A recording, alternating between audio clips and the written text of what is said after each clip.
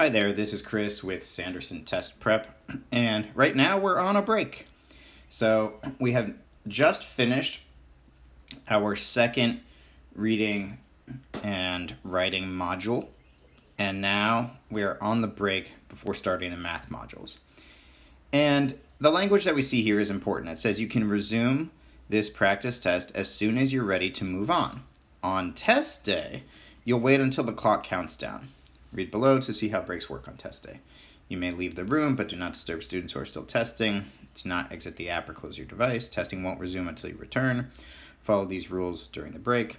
No phones, smartwatches, books, notes, etc. You can't eat or drink in the test room. Don't speak in the test room. So the big thing to emphasize here, and we talked about it in our previous video when looking at the reading modules, which is basically try to make your practice tests simulate a test day experience as best you can. That's going to best prepare you. And a lot of people get here, maybe they finish the first couple modules early. They say, oh, well, I don't need the full break. They hit next.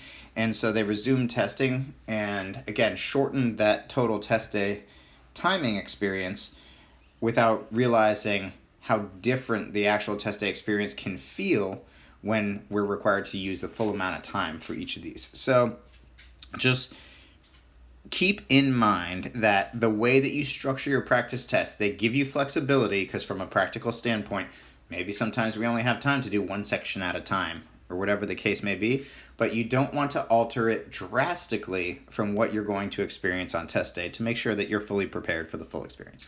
So with that said, we're going to hit our button to resume testing, and we're going to take a look at the math. And again, here we just want to get a look at what a math module looks like. So here we have our directions. Again, by test day, you should know these like the back of your hand, so this definitely isn't something that you're going to want to see for the first time on the actual test. Read through these thoroughly on a practice test, make sure you understand the directions, and then on test day you can fly through and save that time. So here the questions in this section address a number of important math skills. Use of a calculator is permitted for all questions, which is a big difference between the digital SAT and the previous paper form. A reference sheet, calculator, and these directions can be accessed throughout the test. Unless otherwise indicated, all variables and expressions represent real numbers. Figures provided are drawn to scale. All figures lie in a plane. The domain of a given function is the set of all real numbers x, for which f of x is a real number. So some of these, whether or not we understand those thoroughly, that's okay. A lot of these bullet points that we see here are basically just setting the perimeters for the main idea that, hey, the questions that you read in these math sections are going to really be as they appear. These are very mathematical ways of saying we're not providing you any tricks. This is going to be straightforward. For multiple choice questions, solve each problem and choose the correct answer from the choices provided. Each multiple choice question has a single correct answer. For student-produced response questions, like the grid-ins on the paper form, you have to solve each problem and enter your answer as described below. And this is going to be a little different, so make sure to just take some time to look at this. If you find more than one correct answer, enter only one. You can enter up to 5 characters for a positive answer and up to 6 characters, including the negative sign for a negative answer. There are 2 significant things there. One, the previous paper form of the SAT that some of you may have seen or even done some practice from, which is fine to do practice from. Those are still good questions and they test relevant skills. So if you're looking for additional material, I do recommend looking through old paper form SAT exams. That's actually a really great way to practice, but just make sure you're aware of some of the differences. The answer choices there only have 4 spaces where you could enter a positive answer, not 5, and you can't answer any negatives on the paper form.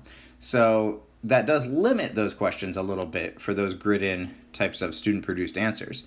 So just be aware of some of those differences here. If your answer is a fraction that doesn't fit in the provided space, enter the decimal equivalent. If your answer is a decimal that doesn't fit in the provided space, enter it by truncating or rounding at the 4th digit, which basically means fill up the spaces as much as you can.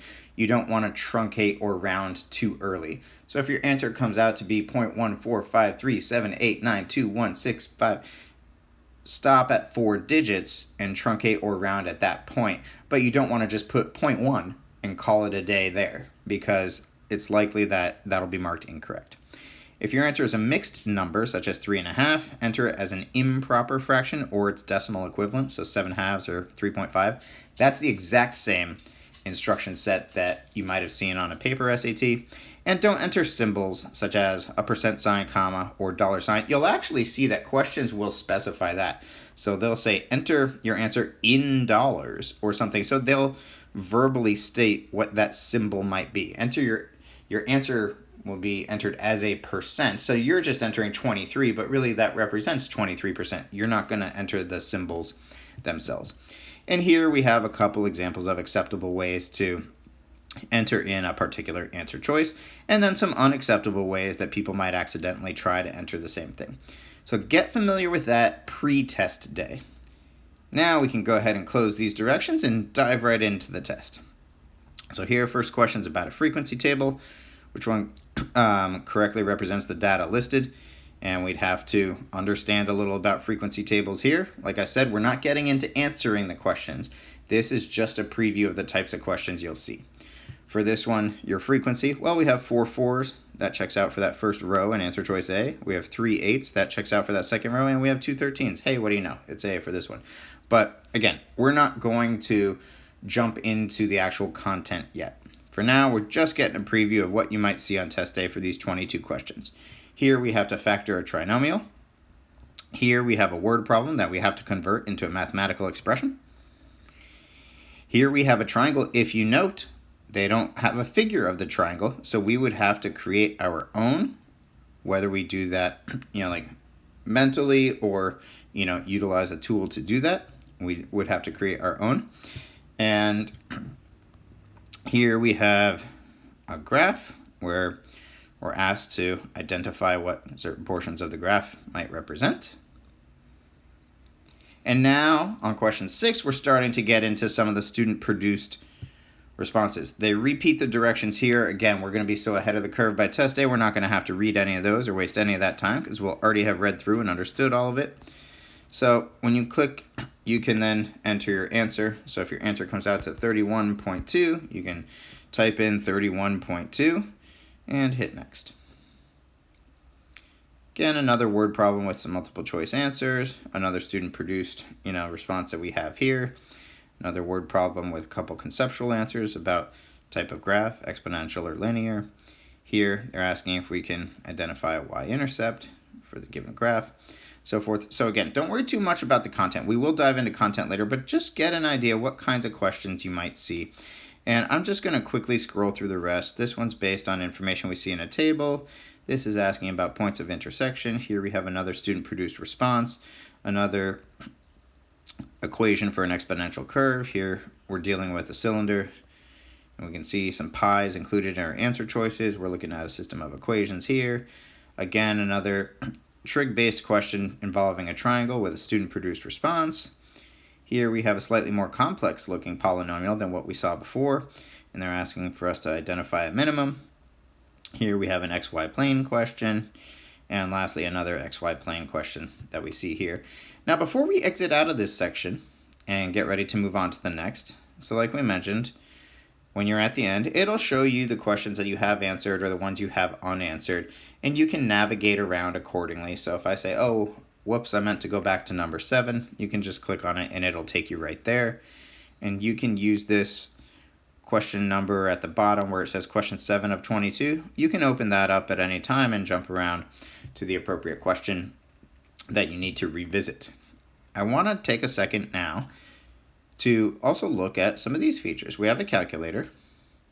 So if you look, this looks very similar to what you might see online at Desmos, which guess what? This is powered by Desmos. So a lot of you are already going to be very familiar with this formatting, but just in case you're not, make sure that you play around with the calculator a little bit. Again, pre-test day, preferably. We want to make sure that we get comfortable with the features available and how we can utilize them to the best of our ability on test day. Because if you really learn the calculator well, and we have some specific tools geared towards helping you achieve that, then it can actually make not only the amount of work that you have to do on test day much less, but it can make the timing less of an obstacle when you're able to use that calculator effectively. So if you know how to, for example, graph a line relatively efficiently, then maybe being able to type that in quickly and use that as an effective tool on test day instead of having to learn it for the first time is going to be a big enough time saver to make a big difference in score. And then here, this is also important, and this looks just like the paper form of the SAT, but one thing that I will say is much nicer on this digital version, you can pull up this reference sheet as needed and collapse it as needed wherever you are in the test. On the paper form, it's only presented to you on the very first page of each math section, which means if you're 20 questions into a math section and there's a formula you need to look up real quick, you have to flip backwards, flip backwards, flip backwards, and try to find where that first page was. Not the biggest deal, but again, every second counts. And on test day, if we can make it a little bit easier to navigate those couple things efficiently, maybe save a few seconds, then we're going to be in good shape. And here we see some of the extras that you'll see on any section of the test with the help, shortcuts, assistive technology, etc. And on a practice test, obviously on test day we can't do this, but you do have the option to save and exit. So at any point during a section, you can use that to your advantage. And like I mentioned, we do want to treat each section like it's a test day experience if we can, but in the off chance that you're in the middle of a section and there's a knock at the door, there's a package being delivered, your dogs are barking, you can save and exit, you can go sign for that package or whatever you need to do, and come back and sit down, not having lost time, and get back into your testing mode. So there are practical advantages to that, but that's not a test day feature, so just don't rely on it too heavily.